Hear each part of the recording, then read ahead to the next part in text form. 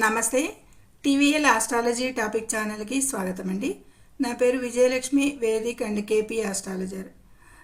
ఈ వీడియోలో మే 4వ తేదీ నుండి 10వ తేదీ వరకు గోచార వార ఫలితాలు, ఈ మకర రాశి వారికి గోచార వార ఫలితాలు. ముందుగా ఛానల్ని సబ్స్క్రైబ్ చేయగలరు, షేర్ చేయగలరు, లైక్ చేయగలరు. ధన్యవాదములు. ఇక ఈ మకర రాశిని అనుసరించి చంద్రుడు ఈ వారంలో 7, 8, 9, 10 స్థానాల మీదుగా చంద్ర సంచారం చేస్తాడు. అంటే మకర రాశి నుంచి 7వ స్థానంలో, 8వ స్థానంలో, 9వ స్థానం మీద, 10వ స్థానం మీద, ఈ 4 స్థానాల మీద చంద్ర సంచారం ఉంటుంది.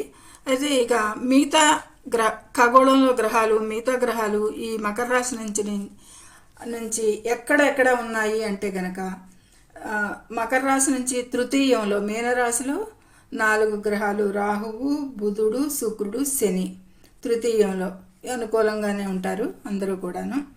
ఇక చతుర్థంలో రవి అనుకూలం కాదు. పంచమంలో గురువు మంచి అనుకూలతలు ఇస్తాడు.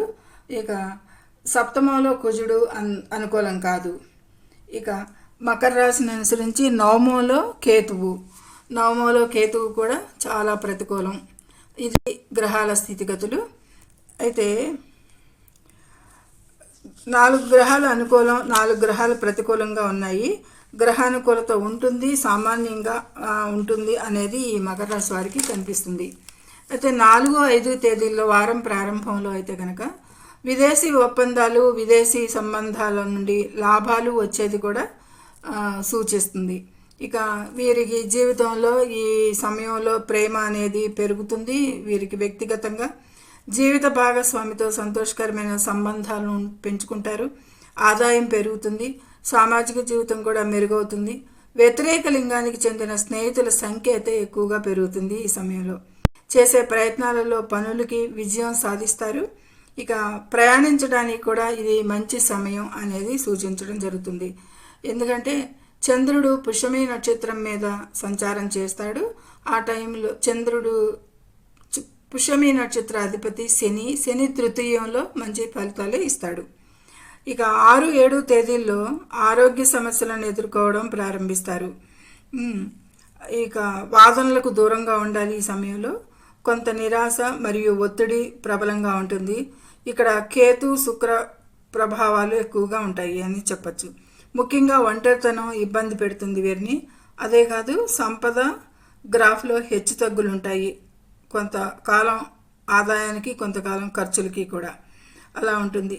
ఇక ప్రయాణాలకి, అజాగ్రత్త డ్రైవింగులకి కూడా దూరంగా ఉండాలి. తగిన చర్యలు తీసుకోవాలి. ఈ విషయంలో అయితే ప్రమాదాలు పొంచి ఉన్నాయి. ఈ మకర రాశి వారికి ఎక్కువగా ఎదురుగుండా సప్తమంలో కుజుడు చూస్తూ ఉంటాడు. ఇక ఈ రోజుల్లో కెరీర్లో కూడా అడ్డంకులు తెస్తుంది అనేది చెప్పచ్చు. ఇక 8, 9, 10 తేదీల్లో అయితే పనుల్లో అభివృద్ధి మందగిస్తుంది అనేది కొంచెం కనపడుతుంది. చాలా కష్టపడి పనిచేస్తారు. కొన్ని సమస్యల కారణంగా పేరు ప్రతిష్టలకు దెబ్బతింటాయి అనేది కూడా సూచిస్తుంది.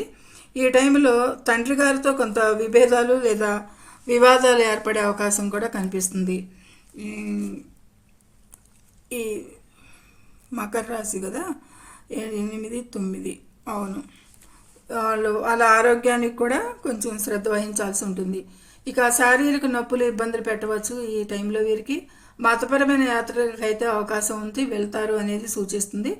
ఈ రోజుల్లో అంటే వారం ద్వితీయ అర్ధంలో పనుల్లో కొన్ని సవాళ్లు కూడా ఉండటానికి సూచిస్తుంది గోచారం. దీనివల్ల అడ్డంకులు, సమస్యలు, ఆలస్యాలు, జాప్యాలు ఇవన్నీ కూడా ఉంటాయి అనేది సూచిస్తుంది. ఇక విద్యార్థులకి అయితే అనుకూలంగా ఉంటుంది, బాగా రాణిస్తారు. హైయర్ ఎడ్యుకేషన్కి కొన్ని ఇబ్బందులను అధిగమించగలుగుతారు. ఎందుకంటే పంచమంలో గురుస్థానం ఉన్నాడు, తృతీయంలో శుక్రుడు కూడా మంచి ఇదిగా ఉన్నాడు, బుధుడు కూడా బాగున్నాడు. దాని మూలంగా విద్యార్థులకి మంచి అనుకూలతలు ఉంటాయి ఈ వారంలో, ఈ మకర రాశి విద్యార్థులకి. అయితే ఎడ్యుకేషన్కి కొన్ని ఇబ్బందులు ఉన్నా కానీ అధిగమించి మంచి దూర ప్రాంత విద్యకి మంచి అనుకూలతలు ఉంటాయి.